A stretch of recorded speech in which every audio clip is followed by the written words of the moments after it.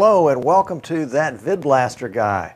I'm Tom Sinclair, I'm your host of the show, and this is show number 3 in our series.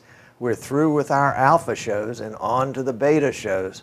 The alpha shows were where we made all sorts of mistakes. The beta shows is where hopefully we're learning from our errors, and we'll get into the regular shows here in another couple of betas. Really excited about today's show. As you know, the basic concept between That VidBlaster Guy is that one man can take one PC and have one awesome broadcast. And so that's kind of the point that we're trying to prove with That VidBlaster Guy. We appreciate you tuning in to watch us struggle to do that. Like anything else, if it's a new skill, it takes a while to master it. And what do they say? You have to do something 10,000 times before you're an expert? Oh my goodness. Each VidBlaster show has one of 3 basic themes. The themes are talk shows, church broadcasting, and sports broadcasting. Today's show theme is sports broadcasting, and I must say that's my personal favorite because that's how I kind of cut my teeth on internet broadcasting, was starting out with sports. My sons play soccer. I've always wanted to support them. I'm not a coach. I never played the game. But I thought, well, why not do something that nobody else has done before? Why not put those guys on TV? Well, we couldn't do real TV, but we knew we could do internet TV. And that's how Sinclair Sports Network, kind of our little boutique broadcasting company, got launched several years ago, and we ended up broadcasting several hundred soccer matches and have just had a lot of fun with it. My guest today is also a sports broadcaster, and like me, he didn't necessarily come from a sports broadcasting or sports background. His name is Sheldon Neal, and he's with Slice TV. And I want to bring Sheldon on the show. I'm really excited. This young man has done some astounding things in just a year of VidBlaster. He's broadcasting in HD, which looks really, really good. He's got some of the concepts really down well. And so let me bring Sheldon on the show. And as you know, with our beta shows, we're actually pre-recording these interviews. Just, again, trying to keep the skill set manageable until we can do it all live. That's our goal, is to do it all live. So let me cue up the video for Sheldon, and let's take a listen. And Sheldon, welcome to the show. Glad to have you, man. Thanks for having me. Thanks for having me. Folks, I am just totally excited and totally stoked to have Sheldon on the show because sports broadcasting is my thing. Right. And having him here is just really a treat for me today. And Sheldon, you got to tell me, how in the world did you come into the whole concept of internet broadcasting? I mean, when did it show up on your radar? I saw a broadcast online. This is really early back, and I always was wondering, how are they broadcasting live on the internet? I knew instantly that it was going to be something huge. And then Ustream started to pop up. All of these other live stream sites started to pop up and became a huge thing. And I want to learn how to do it. When was this? A year ago? 2 years ago? This was a couple of years ago when I saw that my first online broadcast. Probably 2006, maybe. I was still in high school, but it interested me. I knew that it was huge, and I knew that eventually it would become mainstream. Gotcha. So that's where it started. That's where I saw my first broadcast, and that's when I knew I want to be doing that one day. Gotcha. And so when did you start? I started in a big way last year. Okay. But I did a bunch of small little projects, one camera, one webcam. I started that probably 2009. And it was very, very simple. One webcam. But last year was my big year for broadcasting. That's when I really stepped out in a big way. So you started with sports broadcasting first? That's correct. That's correct. We started out with basketball. Actually, I was thinking, what can I broadcast to get a lot of viewers? My main goal was to get people to see what I was streaming. And then it just made sense. Everybody that's around me loves sports. I have a lot of friends that go to a lot of sporting games. So that was an obvious pick for me. So I picked sports, and that was the very beginning of last year's journey. So you went to your local high school and said, "Hey, let me put you guys on internet TV." That's right. I pitched to a couple of schools. Listen, this is what I want to do. They thought I was crazy. I told them I wanted to do it for free. Uh-huh. Uh-huh. They were skeptical. They asked me if I'd ever done it before. I explained to them if they trust me, and if they give me the freedom and power that I want, I will not let them down. Right. It came down to two schools, and I just picked the one with the better team. And I'm I'm grateful that they trusted me, but they are so grateful that they signed up because it was such a huge success. Now, and so that was last year, which would have been last kind of fall, winter, Last fall, spring, winter, last right, fall, right. winter. And Yep. how many games did you end up broadcasting? We ended up doing 12 games, Oh, wow. and it was difficult. It wasn't easy. It was a lot of work with these sports broadcasts. With any broadcast, but especially with sports, it's super fast paced. There's a lot of moving parts. Um, I brought on a pretty nice sized team of about 10 people. Oh, wow. So it got overwhelming. And like I said, this is my first big broadcast. So um, we bumped our heads a couple of times, but it Sure. really turned out to be a lot of fun. And I don't think I can ever not do a sport again. It was great. When did VidBlaster show up on your radar? Okay, so this is pre-sports. Okay. Um, Oh, wow. Okay. yeah, this So is early. yeah, I learned about VidBlaster about a year ago, or maybe 2 years ago. Um, I was doing my own little talk show type deal with a couple of uh, young people my age. We were doing like a young talk show, um, and I was tired of the one camera. I'm all about quality, user experience. So you know, I got tired of just one camera facing everybody. I wanted multiple angles. I wanted to make it fun. And so I started looking for ways to do multicam broadcasts because you see it on Ustream, you see it on these big productions. I want to figure out how to bring that to me. TriCaster was the first product that came. I saw the price tag and walked away. I couldn't afford that. I So understand. then Wirecast was next.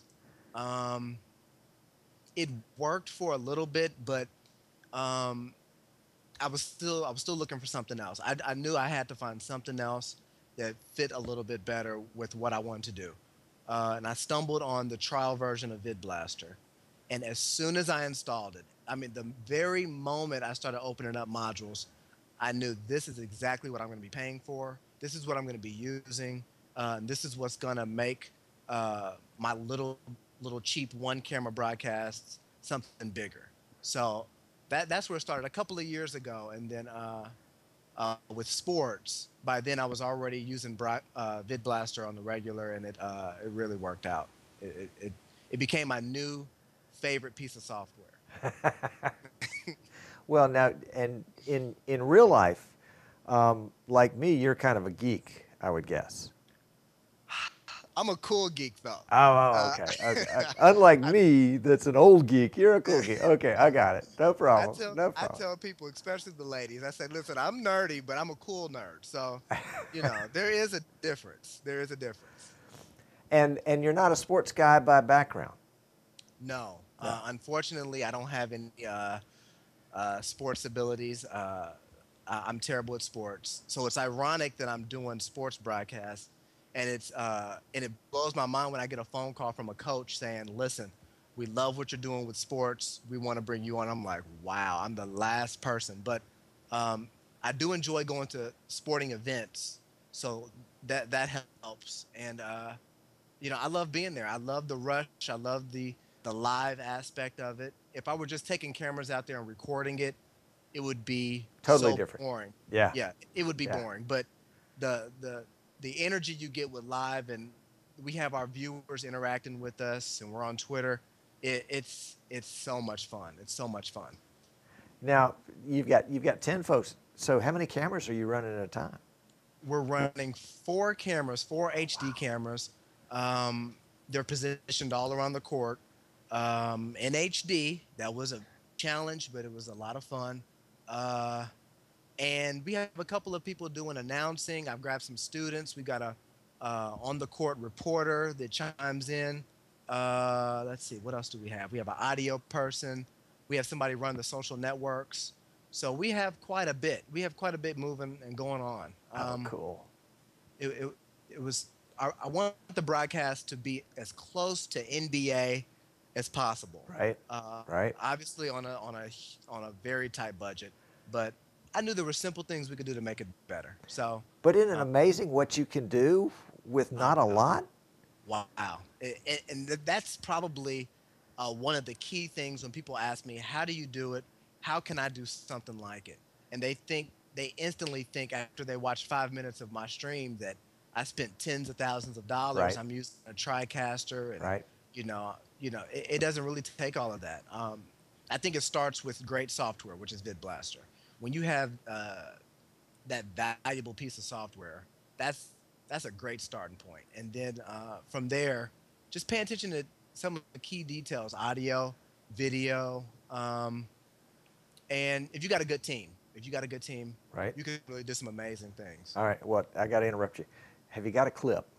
Can you show me some of your work? I've got a clip of one of our games from last season. Uh, I chose this clip. It's not one of my favorite clips, but it's a good clip to show. You get to see a bunch of mixture of angles. You get to hear the announcers interact, and most importantly, you get to see a highlight with an instant replay. So Oh.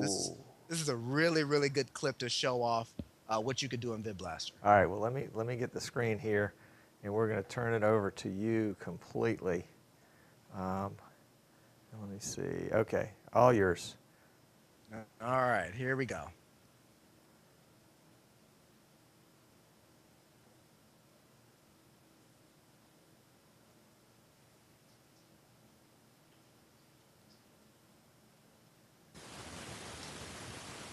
And the best laid plans of mice and men.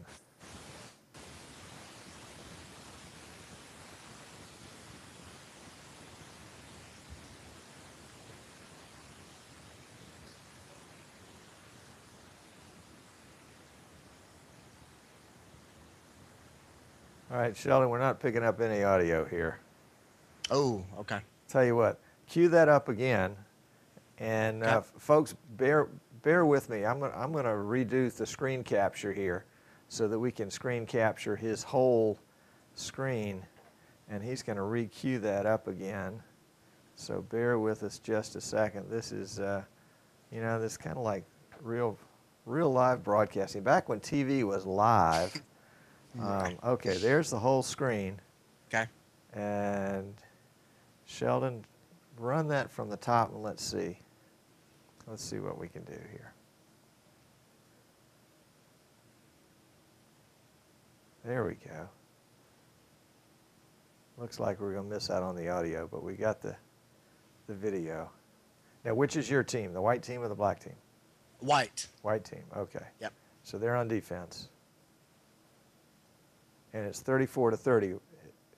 Oh, nice shot. Three-pointer.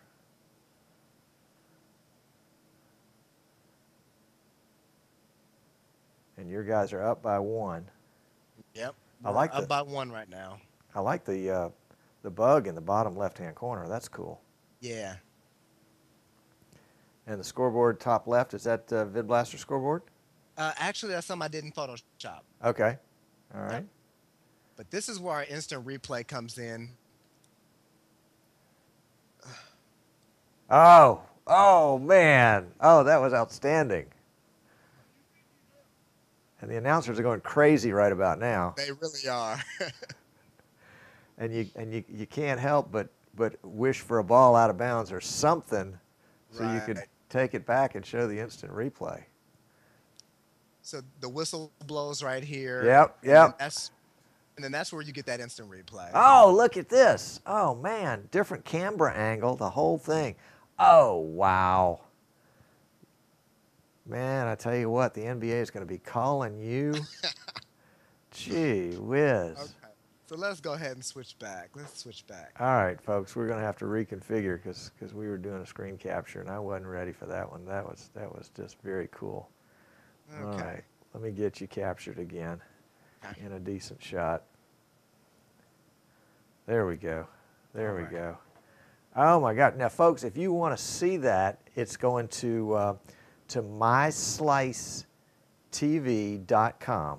Did I get that right, Sheldon? Perfect. Yep. Okay. Okay. All right. Yep. Oops, sorry, wrong shot. That was outstanding. So, you guys are running 4 cameras on that. Right. You had the instant replay all queued up, and you did the Yes. nice graphic around that. Yeah. And oh, geez. With um, VidBlaster is not perfect, and there's a lot of things that are being enhanced, you know, all the time. Yep. I wanted the instant replay. I wanted you to know you're watching an instant replay. Okay. So, you know, I came up with the idea. Let's make an iPad as our overlay graphic for when we have an instant replay that shows. And it really worked out. I was so pleased with it. It was one of the highlights for me doing broadcasts. Cool. Cool. Now, how many computers are you using on this?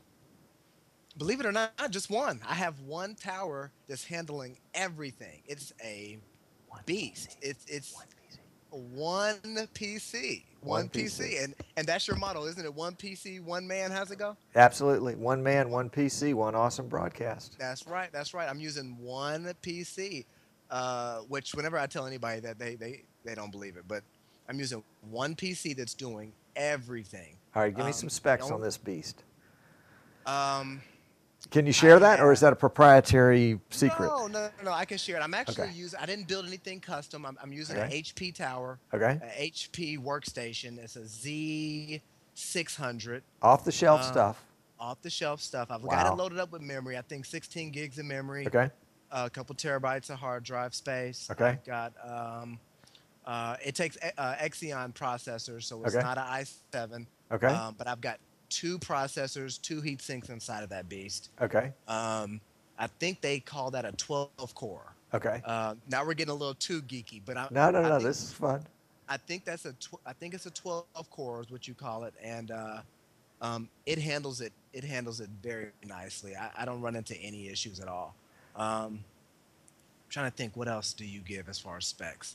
And I've got for my capture cards. I'm using, that's a pretty big one right there. Yeah, Let's go into that one. That's a big one. I'm using well, for last year, Blackmagic Intensity Pros. Okay. So I've got 3 Intensity Pros in that tower because I only got slot for 3. Okay. For 3 of my cameras, and then one of my cameras I'm using just a standard Firewire. Okay.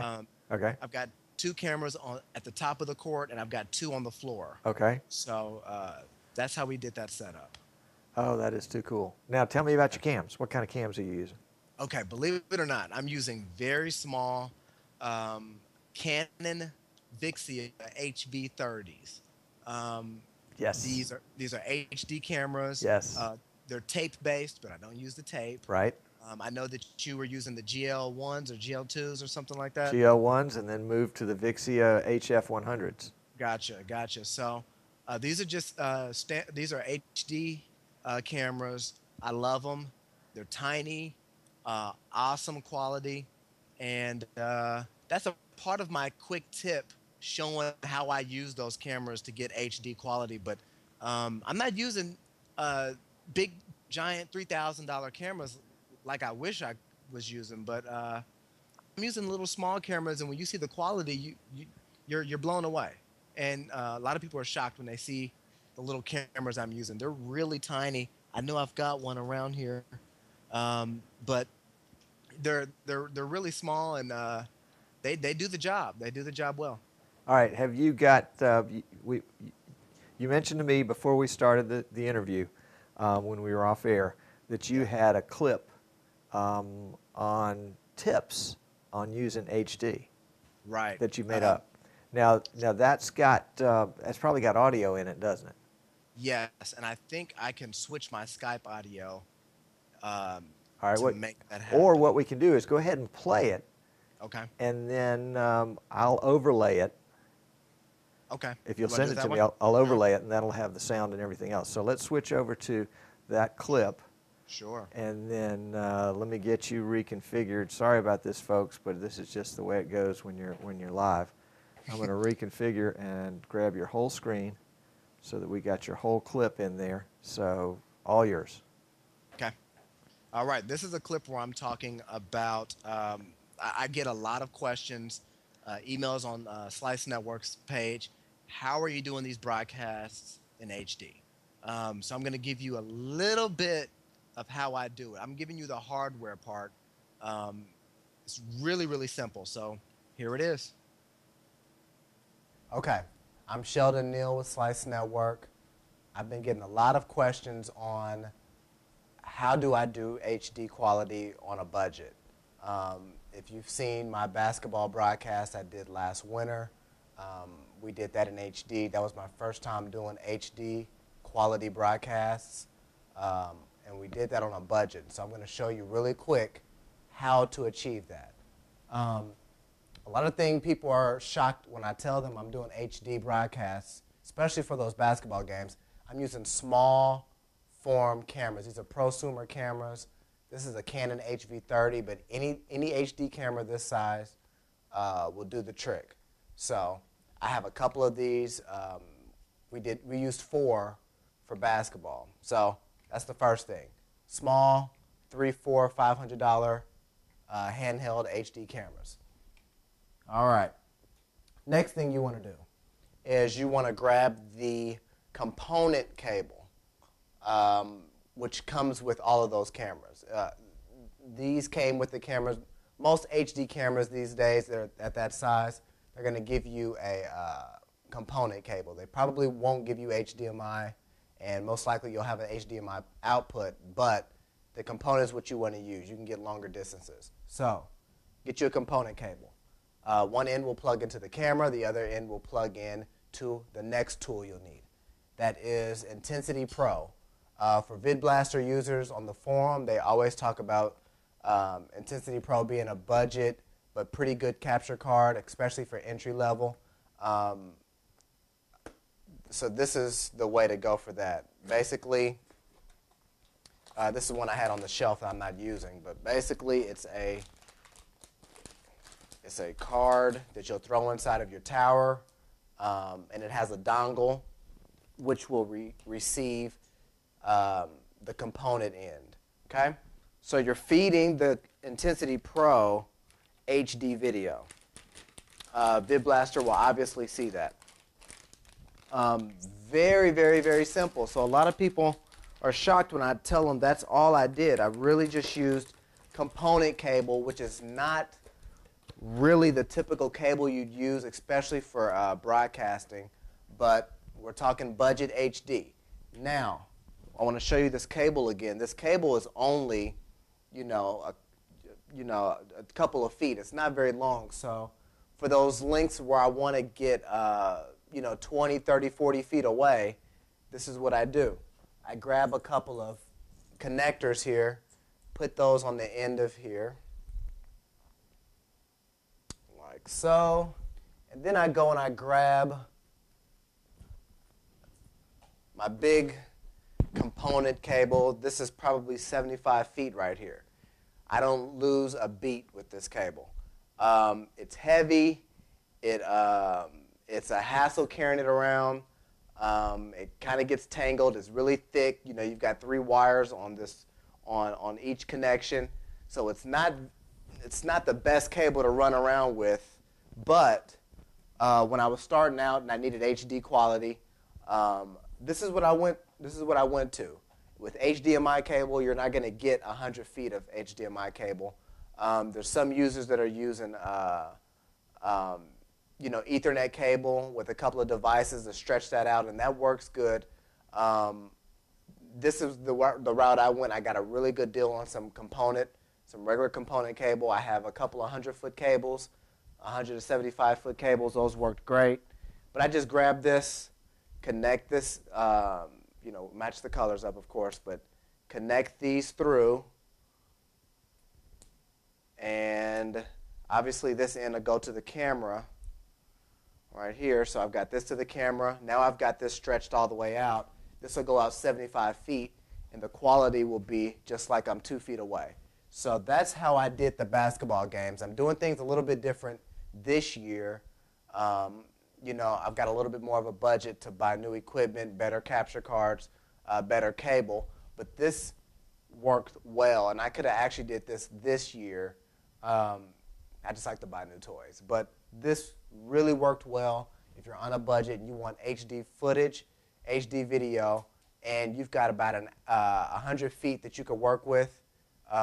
This worked really, really well, and I got great results. You can check me out on myslicetv.com. That's www.myslicetv.com. Slice Network creates content. We do live broadcasts. We do sporting events. We do concerts. So check us out. My name is Sheldon. That's your quick tip. Broadcast HD on a budget. There we are. Man, that was awesome. That was absolutely awesome. I am so impressed. And that's just 1 year. That's just 1 year. Yeah. Oh my goodness. Oh my goodness. Yeah. I must say, I admire your attitude. I admire your ingenuity.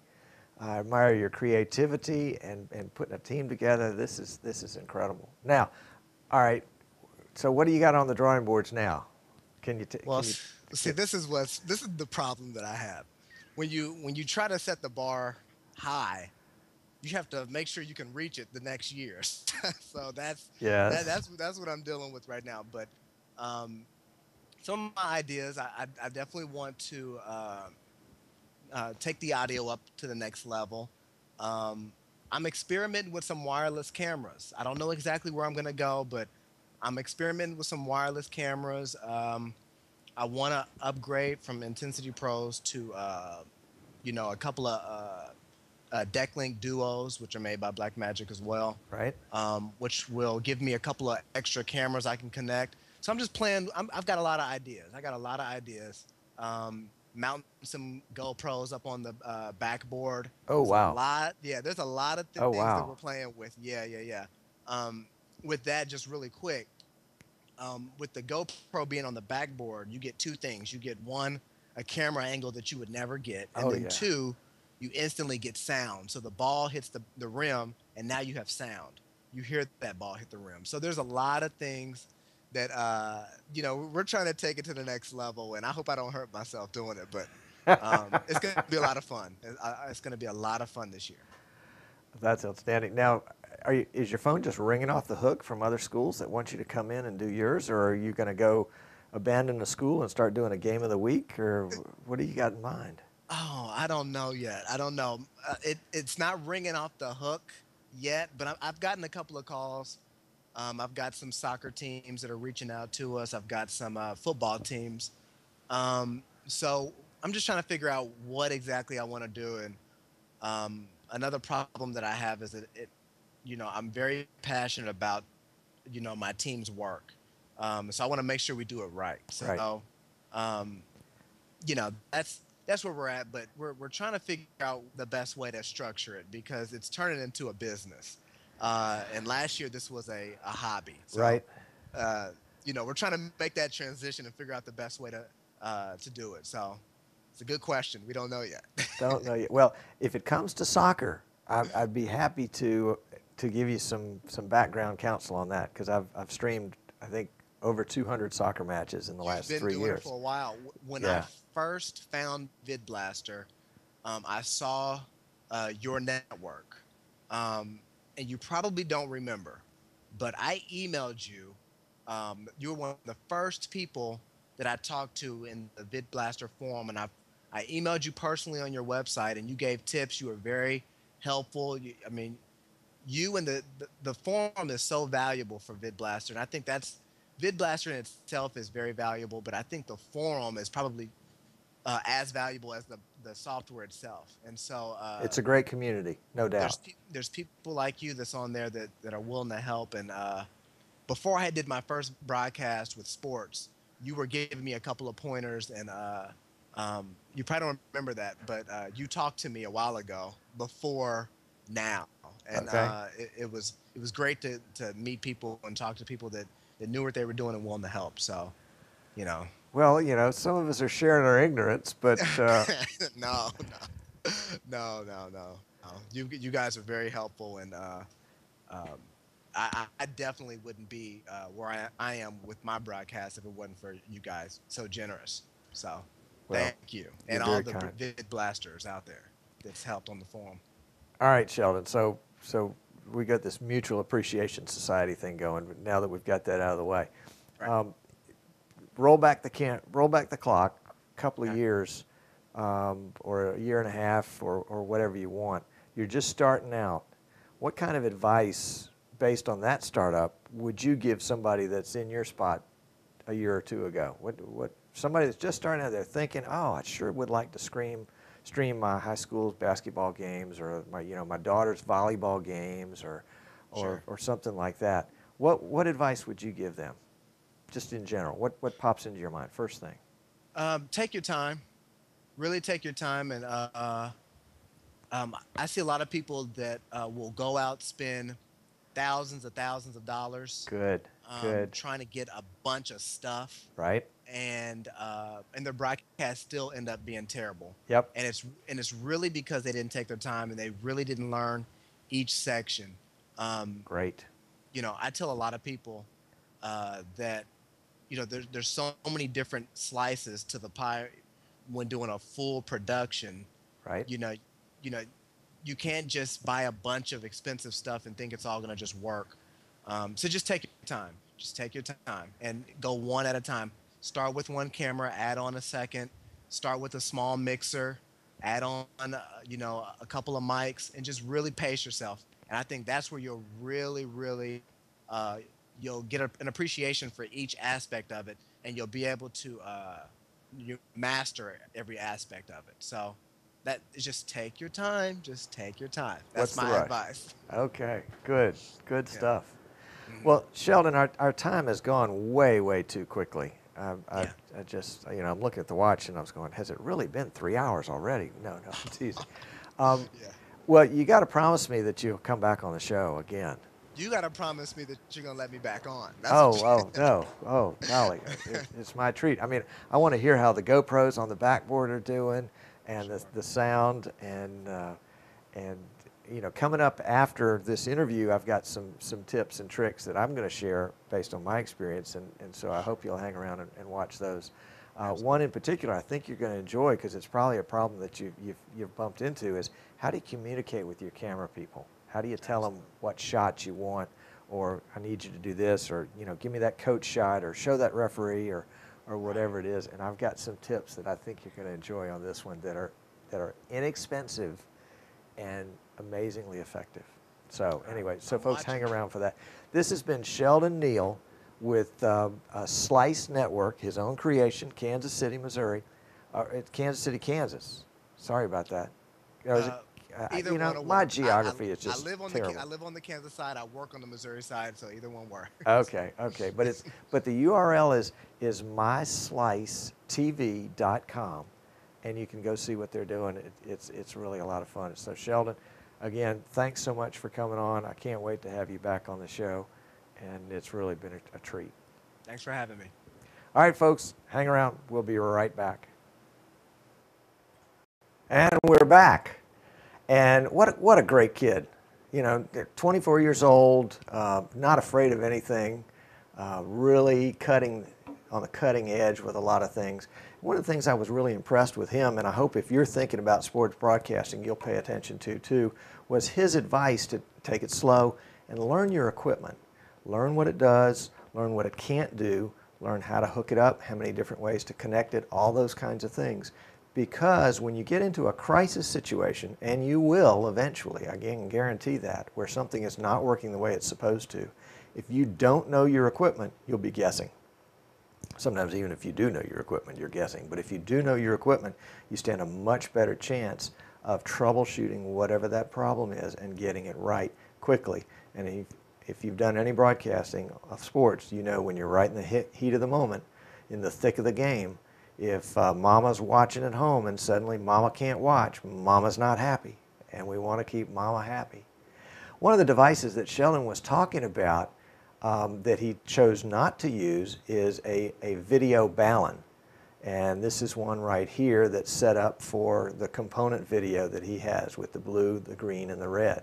And what that does is it takes the signals into this little box and then converts them and sends them out Cat5 on the other side, so that you can run the Cat5. I think you can run the component video baluns up to 300 feet, and they come in a pair, and so you have one on either end, and that allows you to send that signal much longer distances than if you had to use a conventional cable like that mass of cables that Sheldon had. So a component video balun, you can probably pick that up on eBay for a pair of them for $40 or $50. That's how much I got these for. I haven't actually used mine, but I bought them because I wanted to test them and see what they were like. The other thing, and we'll do a tip and trick on this in our next show, but they make other kinds of baluns. This is a video and audio balun, which has 2 video channels and 2 audio channels, and again, goes out Cat5. And you can take this and hook up composite cameras to it, so you can get actually 2 composite cameras on one of these. So if you had, for example, 2 cameras on a roof of a press box, one camera was zooming in on the action, one camera was showing a wider shot. You could run both your composite signals here and have audio left over, and we'll talk about that in our tip and trick next week as to what you do with that audio. So, next segment. Oh yeah, wanted to tell you about our little project we're working on, and last time we didn't have these, so let me pop one up there. This is our streaming PC. This is a little teeny weeny box that we have equipped with an ITX motherboard, a solid state drive, a terabyte hard drive. We've put a Osprey card in it, so you've got 4 composite channels, and you've got, of course, all the USBs and the other kinds of things that you're used to in a motherboard. Plus, we've added a handle. So you've got a portable, high-powered, and this is an i7 2600 CPU.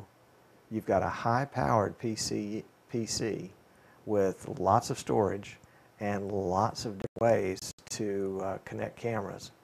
And so you add a monitor, a keyboard, a mouse, a small mixer, and you've got a sports broadcasting truck in a box. If you're interested in that, if you'd like to borrow it from us, if you'd like to buy it, we're going to be producing them shortly. Ballpark about $3,000. We can add VidBlaster to it and have it pre-configured for you and send it to you already ready to go. The beauty of that is we've experimented, we've played with it, we've figured out all the things that work and all the things that don't work. And so that's what you're buying. You're buying our expertise in that. But that's the streaming PC. Next up, I want to show you a demo that I've prepared. Again, this is a demo that we did in before the show today, and it is a demo on how to use instant replay. And next week we'll go into a little bit more detail on that, but this is just sort of a primer, just sort of an initial tutorial on instant replay. So let's take a look. This is a demo of the VidBlaster current instant replay system as of version 2.20. And when you first start VidBlaster, it comes up to the default profile, the 7 modules that you see in front of us. We're going to add a module, so we need to make some room for it. So let's just drag our screen and make it just a little bit wider. And we'll come up to module, click add, and scroll down to video replay 2. Video replay 2 uses the hard drive to temporarily store the video on, as opposed to video replay number 1 or version 1, which uses RAM. So we're not going to use RAM, we're going to use hard drive. Actually, this demo machine has got an SSD in it, so it should be pretty quick. Video replay 1, you see at the top, tells us that we can have more than one video replay, and if it gets in the way, we can click the arrow to make it disappear partially except for the title, but we don't want to do that. Now, since we don't have an actual sporting event in front of us, we need to sort of dummy up one. So I'm going to come down here to the player module, and I want to go out to my hard drive and find a video of a soccer match, because I'm a soccer guy, and we'll put that in the player module here so we can play it. Whoops, we better turn the sound way down because you don't need to hear that volume at all. Okay, so we'll go ahead and get that playing, and you can see we can display that in the program module. Of course, anything in the program module is recorded or streamed. So we'll come back over here to our video replay module, and we want to tell it what source we're using. Generally, we would tell it a camera, but in this case, we don't have a camera available, so we can use player 1. We can actually use just about anything available, but in this case, we're going to use player 1. The cut button allows us to cut directly and put whatever's in the video replay module on the screen. The trans button allows us to do sort of a slight transition where it doesn't move quite as quickly over there. It's a little softer cut. And then the other feature is this slider bar right here. I don't know if you can see on your screen when I moved up to it. It said 0S or 0 seconds.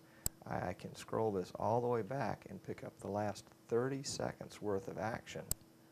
And so now whatever's here in the video replay screen is what happened 30 seconds ago in our camera or in our program screen. Actually, you can record multiple replays on multiple cameras. They don't all have to be on the program.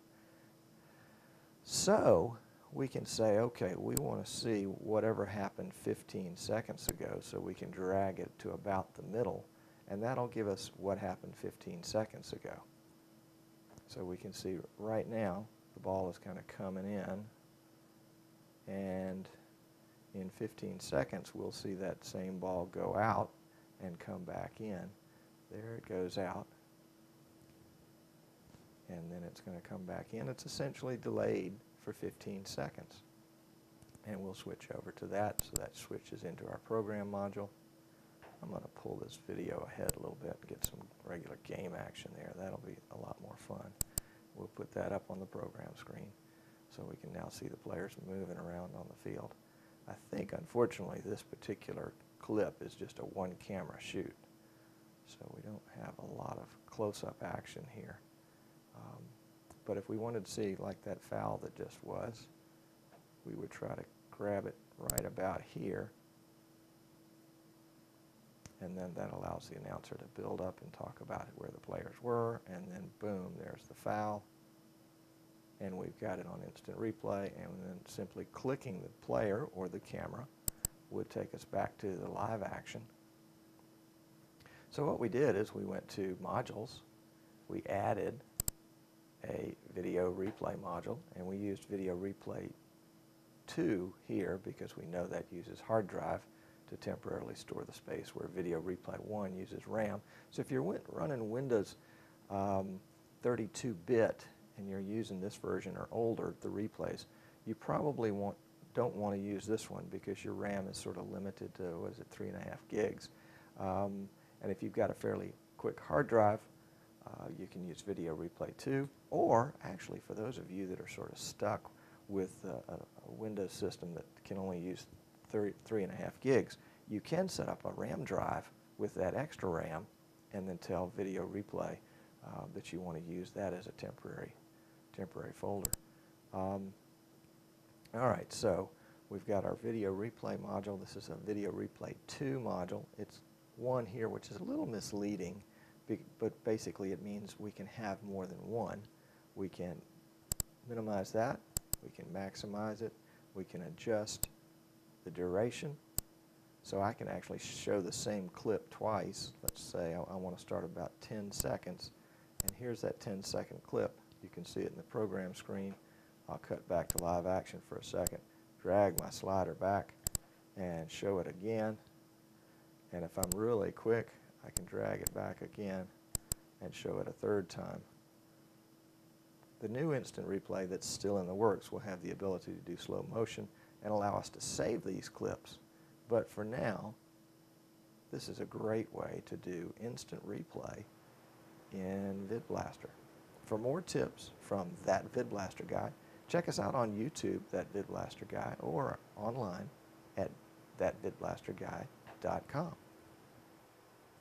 And next week we'll have some advanced tips on instant replay, and I think you'll really enjoy those.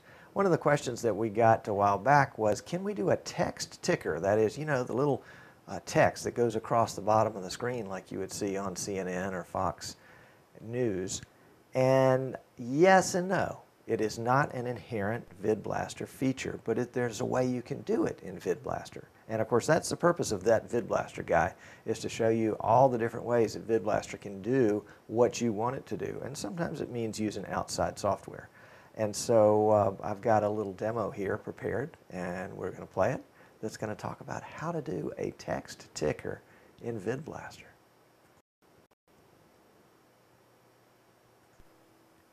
This is a demonstration of how to add a scrolling text, a ticker, across the bottom of the program module in VidBlaster. We're using VidBlaster version 2.20, the current beta, and we've loaded the default profile on the screen. We're going to include a text ticker, which is not part of VidBlaster, but something that you can get from /back associates at /backassociates.com. And we've preloaded it with a text file that we created in Notepad that talks about, well, our show. And the text says, watch the next episode of That VidBlaster Guy, July 31st, Tuesday at 3 p.m. Eastern. So that's going to scroll across the bottom in an endless loop, and you can change the background, you can change the foreground color, you can change the font size. But for now, we'll leave it like that. Now, in order to pull it into VidBlaster, we need to add one more module. So we'll go to Modules, Add, and we'll slide down to Video Effect. And pops a Video Effect module, and we'll slide it out here to the right. And then we'll come back to our camera module, and we want to tell it that we want to capture some screens. So we'll drop down the box, and there at the very bottom it says Screen Capture. Now we need to tell it what part of the screen we want to capture, so right-click in that module and scroll down to Capture, and we have several options. We can select any area, an area with a 1:1 ratio, an area with a 4:3 ratio, an area with a 16:9 ratio, or the full screen. For this demonstration, we're going to select area. That way we can select just the ticker. So we'll come down here and we'll do sort of a paint. And we'll come to the very end right there. And you can see that we've got it in our camera module. Now it's wide and not very tall, and it doesn't look much like a ticker we want to use, but it's a start. So let's slide over to our video effect module, and we'll select that camera 1 as our second source. And just for the sake of this demonstration, we're going to select the player 2 module as our main source. So we'll say player 2 module. And we need to tell it what we want. Well, we want a PIP, a picture-in-picture fixed aspect ratio. So now we have player 1 as our main source, and then our PIP here, our picture-in-picture, is camera 1. And what we want to do is go ahead and make this a little larger so that we can possibly see it. And I'm going to go ahead and transfer everything in the video effect module into the program module, which is where it would stream or record. And I'll click the cut button, or I can click the trans button, either one. And then I want to crop this just a little bit, because we don't need all that extra black there. And let's crop it just a little bit on the left side. And then we'll pull it down in position, and I'll just use the bottom right-hand corner. And then we'll crop it just a tad more till that's about right there. And we have got a text ticker in VidBlaster. It's that simple. Now the software that I've used for this, of course, is VidBlaster version 2.0 and Text Ticker by /back associates. This has been a demonstration from That VidBlaster Guy. You can watch us Tuesdays at 3 p.m. Eastern at thatvidblasterguy.com or you can catch us video on demand in our archives. Thanks for tuning in. Okay, and all of our tips and tricks are uploaded to YouTube, so you can go to our YouTube channel, That VidBlaster Guy, and catch all the tips and tricks. We've put them in a playlist so you can watch them continually, as well as the full episode of each show has been uploaded to YouTube too. So that's Text Ticker. One thing that we have done over the years is help other people learn to use VidBlaster. And full disclosure, I'm an authorized VidBlaster reseller here in the United States. And so if you're considering the purchase of VidBlaster, consider that we can help you learn to use it, and all the tips and tricks that we're sharing here kind of in bits and dribbles on that VidBlaster Guy, we can give it to you pretty much all at once. On our website, and we'll just pop it to Sinclair Sports Network, you can actually purchase VidBlaster there. You can see it's a slight discount, a $10 discount over the retail price. That's just a little incentive to help. But the big deal is that we can offer telephone support, email support. There's nothing worse than having a broadcast an hour away and suddenly a profile won't load the way it's supposed to. And, you know, what's the reason why? Or, you know, we're having trouble streaming, and why are we having trouble streaming? Sometimes it's operator error, and we've certainly made most of the errors ourselves, so we can help you sort of plow through all that. So that's SinclairSportsNetwork.com. Click on the VidBlaster link, and you can link to it. That sort of brings us to the end of the show. We really appreciate Sheldon Neal with Slice TV for coming on and talking with us. We look forward to having him back and kind of keeping tabs with him as we get close to basketball season and seeing what big changes he's got in store. And we look forward to next week. Our show next week is going to be again about sports broadcasting. Steve Penstone, who is broadcaster for Penn State University's men's hockey program, is going to come on and talk about what he's done in getting men's hockey on internet TV.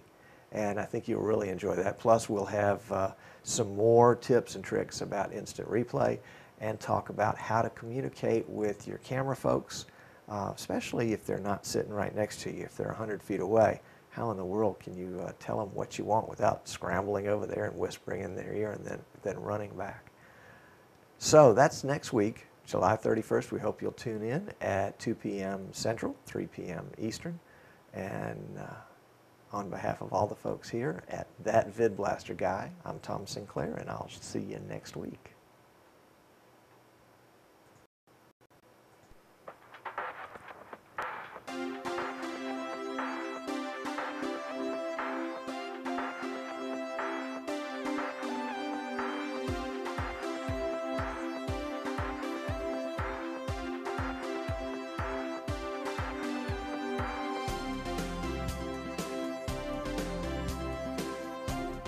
This has been show number 3 that aired on July 24th, 2012. ThatVidBlasterGuy.com.